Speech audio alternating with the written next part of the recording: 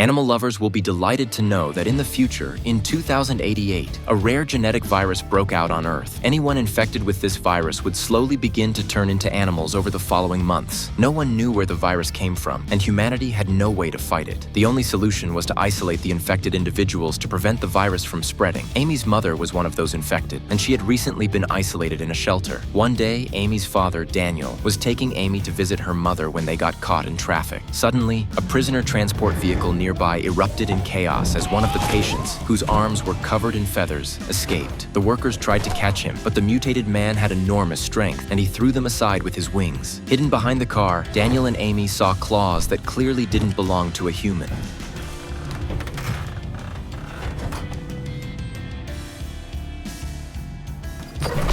After a brief moment of relief, Daniel and Amy arrived at the shelter, which was full of patients mutating into different animals. While they waited, they sat next to a child who had turned into an anteater. Non devi dare fastidio. No, non si preoccupi.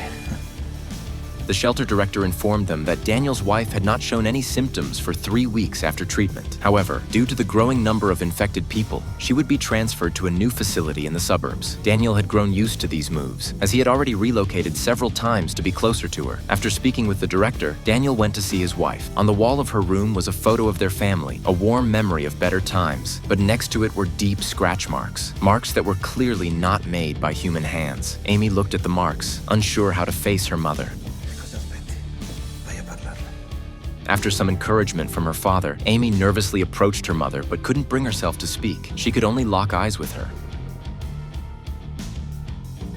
By May, Daniel and Amy had moved into a small house in the southern suburbs. While it was remote, the view was beautiful, with a large forest behind the house. Amy also transferred to a new school, and although the classmates greeted her, her naturally withdrawn personality made it hard to make friends. One rainy evening, Amy couldn't sleep and found herself standing at the door, gazing out at the trees swaying in the storm. Suddenly, she felt a strange pull, as if something invisible was calling her.